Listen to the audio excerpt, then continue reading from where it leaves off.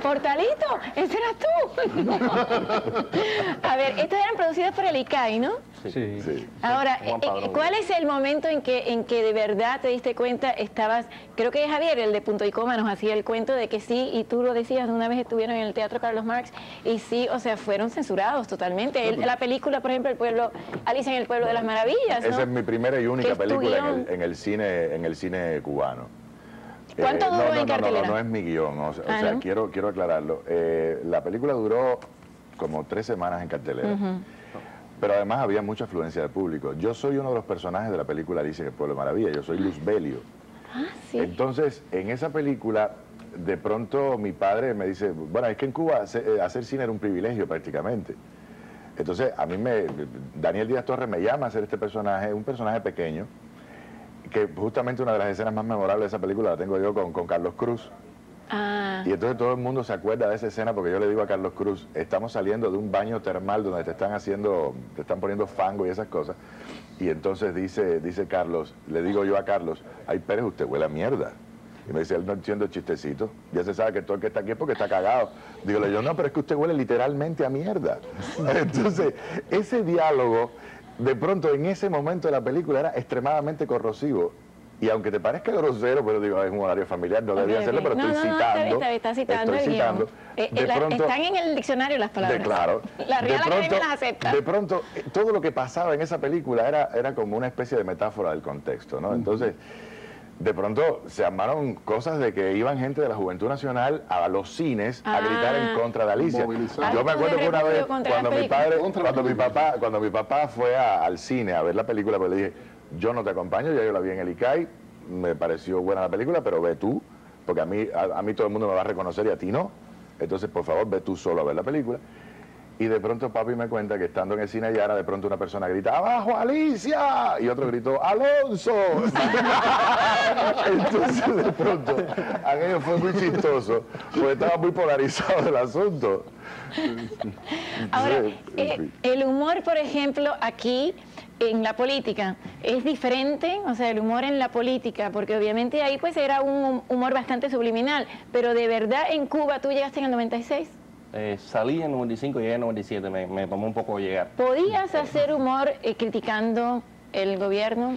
Yo lo hice, no podía, pero lo hice y por ejemplo el primer libro mío, segundo de hecho, que salió tuvo muchos problemas para salir. ¿Cómo se llama el libro? Se llama Pérdida y Recuperación de la Inocencia. Okay. Y bueno, hubo 3 cuentos que salieron lo sacaron del libro, en principio un cuento que lo cambiaron. Y sí, pero estuvo a punto, me tomó como un mes, ¿Qué decías en el libro? ¿Qué fue lo que causó la censura? De todo. Yo lo único, yo tengo un libro ahora que se llama El Comandante, ya tiene que le escriba. Ese es el que me decía, Aquí digo el comandante, allá decía el presidente. Ah, ok. Pero aún, por supuesto, tenía problemas, ¿no? Pero fue censurado. ¿Y cómo es la diferencia? Tú eres profesor de la Universidad de NYU, ¿no? De New York University, de literatura, enseñas. ¿Cuál es la diferencia de escribir humor allá, el humor cubano en Cuba y el humor cubano acá? ¿Es diferente? ¿Aquí es más comercial? ¿Aquí es diferente? Yo por suerte no vivo de eso, ¿no? No vivo de eso y entonces yo hago prácticamente lo que me da la gana, ¿no? Y no tengo que adaptarme a normas comerciales. Y la diferencia que yo siento es justamente esta, ¿no? Es decir, digamos, uno puede mencionar más, no tiene sentido estar dando la vuelta a decir el presidente, ¿no? Porque yo tenía un cuento que nunca se pudo ser publicado en Cuba y tuve muchos problemas con ese cuento, que decía, abajo el presidente, escribía en una pared, abajo el presidente, y otro escribía, el de consejo de vecinos, entonces más abajo decía, no, el hijo de puta, ¿no? Y entonces todo el mundo se imaginaba que era Fidel Castro, por supuesto. Y nunca salió publicado. Pero ese nunca salió publicado. Pero ya ahora nunca, no tendría sentido que yo diga hablar de un presidente abstracto. Pero cuando lees el humor de otros cubanos acá, que están acá, es diferente. Cuando leo... Álvarez Guedes, por ejemplo, bueno, es diferente porque este es un humor más intelectual del que estamos hablando, pero es diferente el cubano acá y el humor acá en Estados Unidos. Yo no sé, creo que hay tantas variantes aquí como allá. Y nos reímos de las mismas cosas. Nos reímos de las mismas cosas, no. En el sentido de que es que tenemos, yo estoy escribiendo para internet. Es decir, a mí me están leyendo en México, me están leyendo en Estocolmo y me están leyendo en Australia. Y siempre me he dado la pregunta, para quién estoy escribiendo y justamente qué cosa tenemos en común. Un lector de 60 años que lleva 40 años viviendo en Miami o uno que todavía está en Cuba. Y realmente la política, por eso he escogido un poco el tema político en estos textos, porque es como que lo que nos une, desgraciadamente, ¿no? Lo que tenemos en común, porque las experiencias cotidianas son muy diferentes. Yo estaba leyendo un artículo tuyo, pero bueno, este no es de comedia, sobre los húngaros, comparando los húngaros y el exilio húngaro en Argentina. Muy buen artículo. Me voy a Blanca y después me voy a Nelson. Dime, Blanca. Mire, María. Dígame. En Cuba hay 3 clases de cubanos.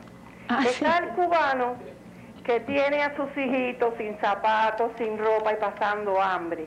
Ese cubano le da lo mismo que salir por la calle, que le metan 40 tanques y lo maten.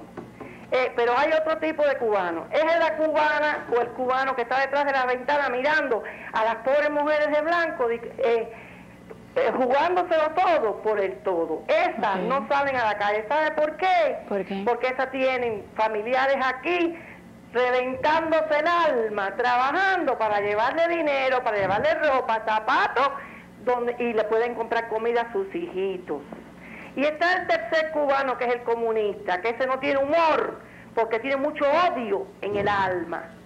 Y por eso estamos aquí en Cuba, en Estados Unidos, y estaremos. Yo viví en Cuba muchos años, el régimen de comunista, no mucho, pero bueno. ¿Qué año salió? Y yo nunca en la vida tenía buen humor. Yo lo que tenía era un sufrimiento tan grande. Bueno, y cuando escuchaba a la gente riéndose de sus propias tragedias, ¿le molestaba, le ofendía? Yo nunca vi eso.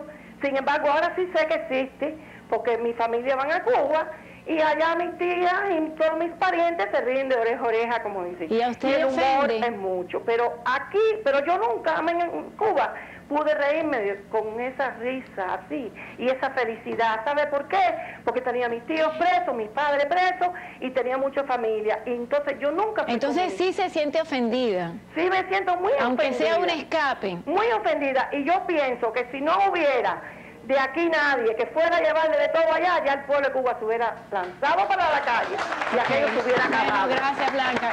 ¿Reciben este tipo de crítica, por ejemplo, cuando a una persona le ofende el hecho que...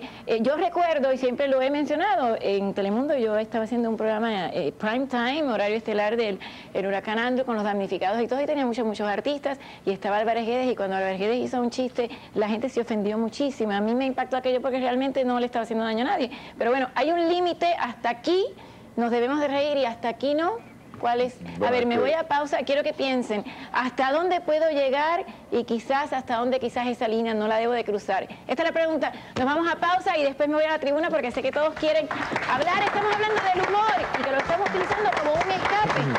¿Es positivo o no? ¿Llega una línea donde quizás no debemos de cruzar? Esta es la pregunta. Nos vamos a pausa. Llámeme y escríbame, ya vuelvo.